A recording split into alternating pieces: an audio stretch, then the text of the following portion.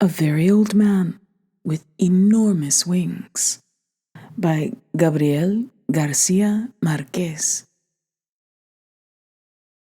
On the third day of rain, they had killed so many crabs inside the house that Pelayo had to cross his drenched courtyard and throw them into the sea, because the newborn child had a temperature all night, and they thought it was due to the stench. The world had been sad since Tuesday.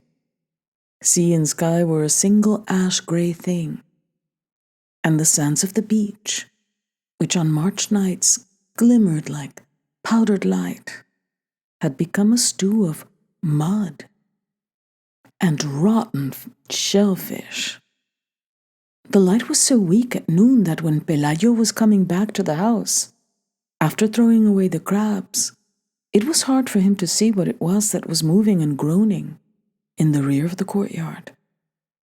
He had to go very close to see that it was an old man, a very old man, lying face down in the mud, who, in spite of his tremendous efforts, couldn't get up, impeded by his enormous wings.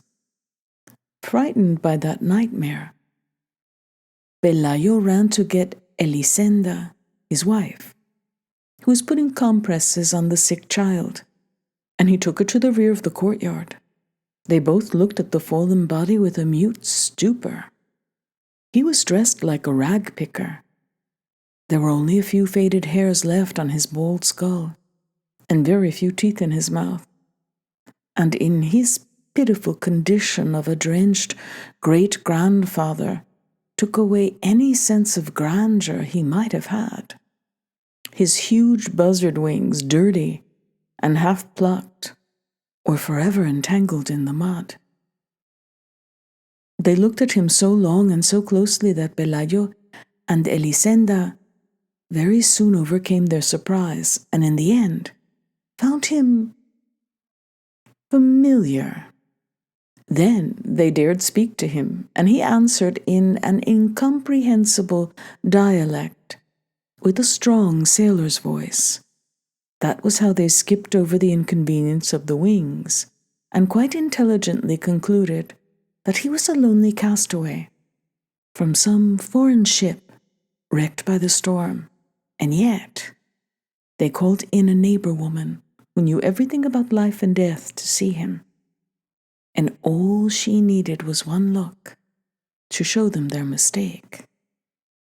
"He's an angel," she told them. "He must have been coming for the child, but the poor fellow is so old that the rain knocked him down." On the following day, everyone knew that a flesh-and-blood angel was held captive in Pelayo's house. Against the judgment of the wise neighbor woman, for whom angels in those days were the fugitive survivors of a celestial conspiracy, they did not have the heart to club him to death. Pelayo watched over him all afternoon from the kitchen, armed with his bailiff's club, and before going to bed, he dragged him out of the mud and locked him up with the hens in the wire chicken coop.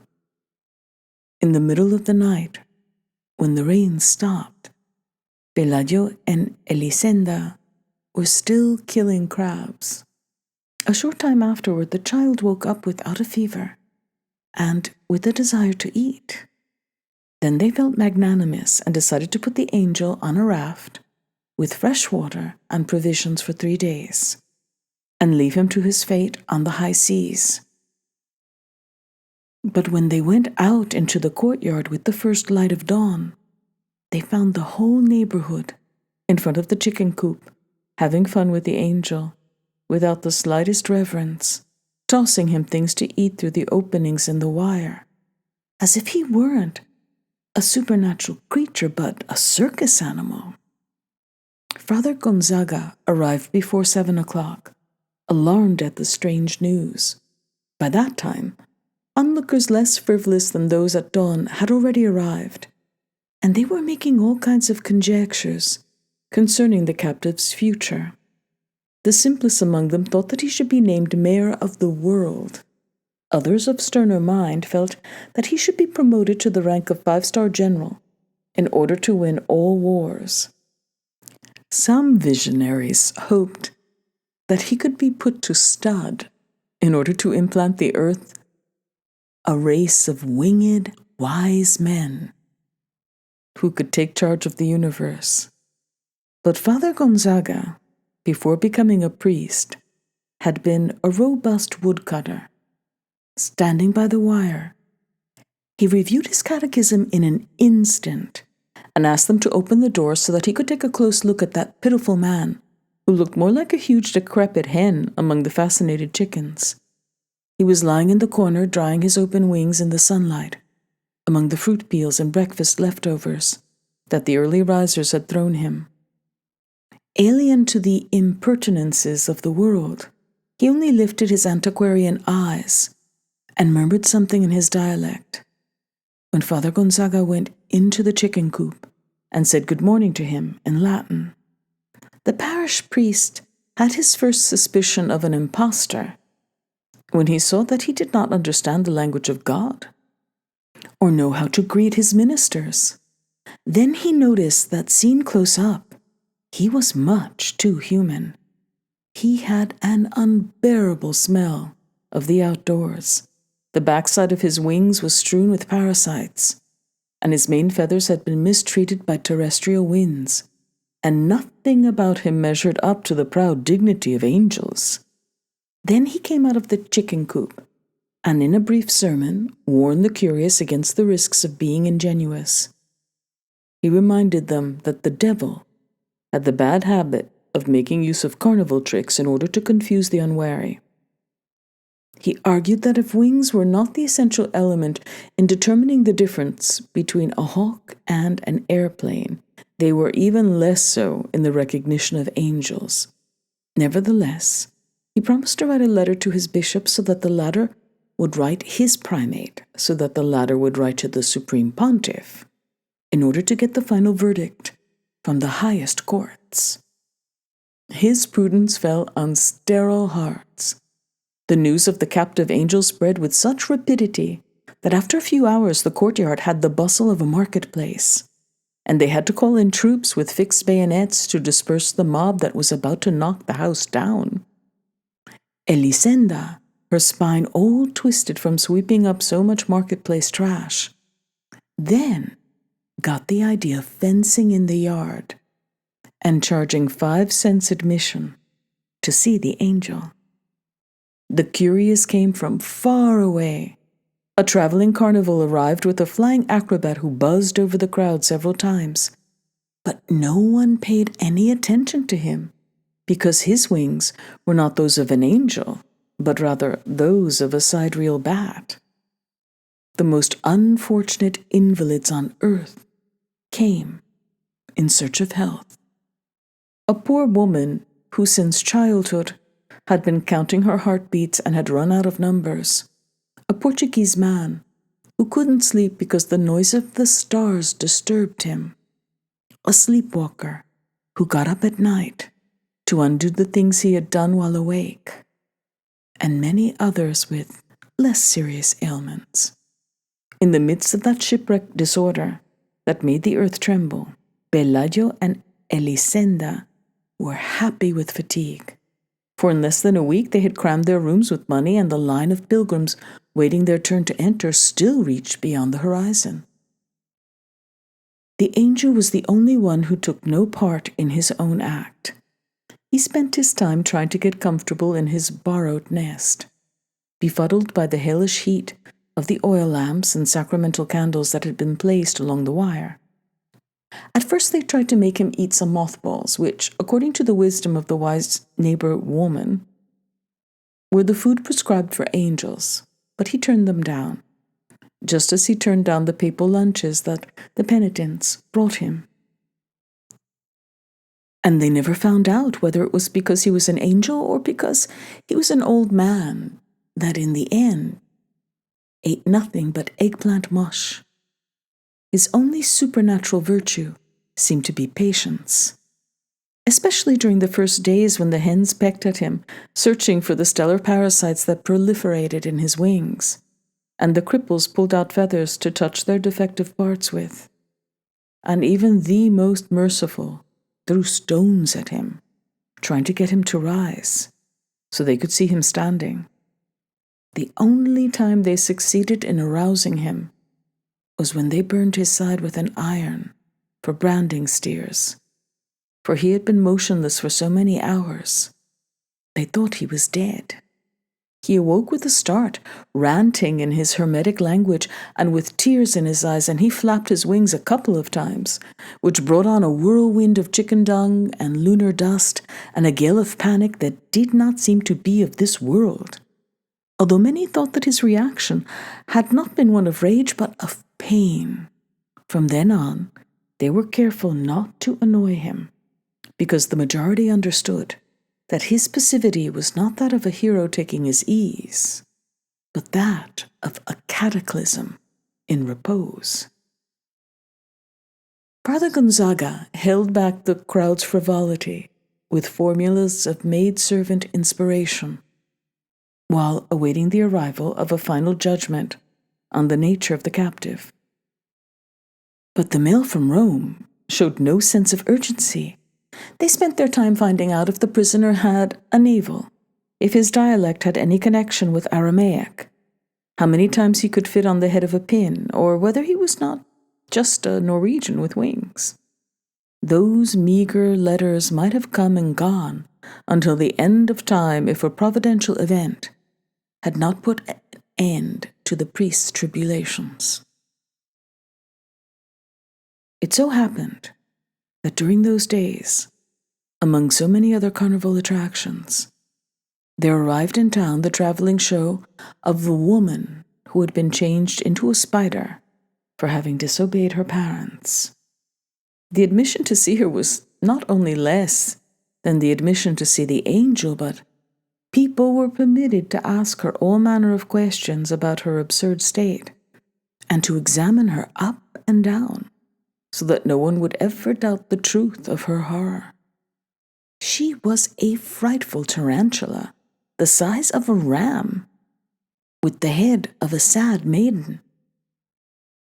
What was most heartrending, however, was not her outlandish shape, but the sincere affliction with which she recounted the details of her misfortune. While still practically a child, she had sneaked out of her parents' house to go to a dance, and while she was coming back through the woods, after having danced all night without permission, a fearful thunderclap rent the sky in two, and through the crack came the lightning bolt of brimstone that changed her into a spider. Her only nourishment came from the meatballs that charitable souls chose to toss into her mouth. A spectacle like that, full of so much human truth, and with such a fearful lesson, was bound to defeat without even trying that of a haughty angel who scarcely deigned to look at mortals. Besides, the few miracles attributed to the angel showed a certain mental disorder, like the blind man who didn't recover his sight but grew 3 new teeth, or the paralytic who didn't get to walk but almost won the lottery, and the leper whose sores sprouted sunflowers. Those consolation miracles, which were more like mocking fun, had already ruined the angel's reputation when the woman who had been changed into a spider finally crushed him completely. That was how Father Gonzaga was cured forever of his insomnia, and Pelayo's courtyard went back to being as empty as during the time it had rained for 3 days and crabs walked through the bedrooms. The owners of the house had no reason to lament. With the money they saved, they built a 2-story mansion with balconies and gardens and high netting so that the crabs couldn't get in during the winter, and with iron bars on the windows so that angels wouldn't get in. Pelayo also set up a rabbit warren close to town and gave up his job as bailiff for good. And Elisenda bought some satin pumps with high heels and many dresses of iridescent silk, the kind worn on Sunday by the most desirable women in those times. The chicken coop was the only thing that didn't receive any attention. They washed it down with creolin and burned tears of myrrh inside it every so often. It was not an homage to the angel, but to drive away the dung heap stench that still hung everywhere like a ghost and was turning the new house into an old one. At first, when the child learned to walk, they were careful that he not get too close to the chicken coop. But then they began to lose their fear and got used to the smell, and before the child got his second teeth, he'd gone inside the chicken coop to play, where the wires were falling apart. The angel was no less standoffish with him than with other mortals, but he tolerated the most ingenious infamies with the patience of a dog who had no illusions.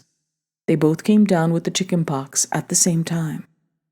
The doctor who took care of the child couldn't resist the temptation to listen to the angel's heart, and he found so much whistling in the heart and so many sounds in his kidneys that it seemed impossible for him to be alive. What surprised him most, however, was the logic of his wings. They seemed so natural on that completely human organism that he couldn't understand why other men didn't have them too. When the child began school, it had been some time since the sun and rain had caused the collapse of the chicken coop. The angel went dragging himself about here and there like a stray dying man. They would drive him out of the bedroom with a broom, and a moment later find him in the kitchen. He seemed to be in so many places at the same time that they grew to think that he'd been duplicated, and that he was reproducing himself all through the house. And the exasperated and unhinged Elisenda shouted that it was awful living in that hell full of angels. He could scarcely eat, and his antiquarian eyes had also become so foggy that he went about bumping into posts. All he had left were the bare canallae of his last feathers. Pelayo threw a blanket over him and extended him the charity of letting him sleep in the shed, and only then did they notice that he had a temperature at night and was delirious with the tongue twisters of an old Norwegian. That was one of the few times they became alarmed, for they thought he was going to die, and not even the wise neighbor woman had been able to tell them what to do with dead angels. And yet, he not only survived his worst winter, but seemed improved with the first sunny days. He remained motionless for several days in the farthest corner of the courtyard, where no one would see him. And at the beginning of December, some large, stiff feathers began to grow on his wings, the feathers of a scarecrow, which looked more like another misfortune of decrepitude. But he must have known the reason for those changes, for he was quite careful that no one should notice them, that no one should hear the sea shanties that he sometimes sang under the stars. One morning, Elisenda was cutting some bunches of onions for lunch when a wind that seemed to come from the high seas blew into the kitchen. Then she went to the window and caught the angel in his first attempts at flight. They were so clumsy that his fingernails opened a furrow in the vegetable patch, and he was on the point of knocking the shed down with the ungainly flapping that slipped on the light and couldn't get a grip on the air. But he did manage to gain altitude. Elisenda let out a sigh of relief for herself and for him when she watched him pass over the last houses, holding himself up in some way with the risky flapping of a senile vulture. She kept watching him, even when she was cutting through the onions, and she kept on watching until it was no longer possible for her to see him, because then he was no longer an annoyance in her life, but an imaginary dot on the horizon of the sea.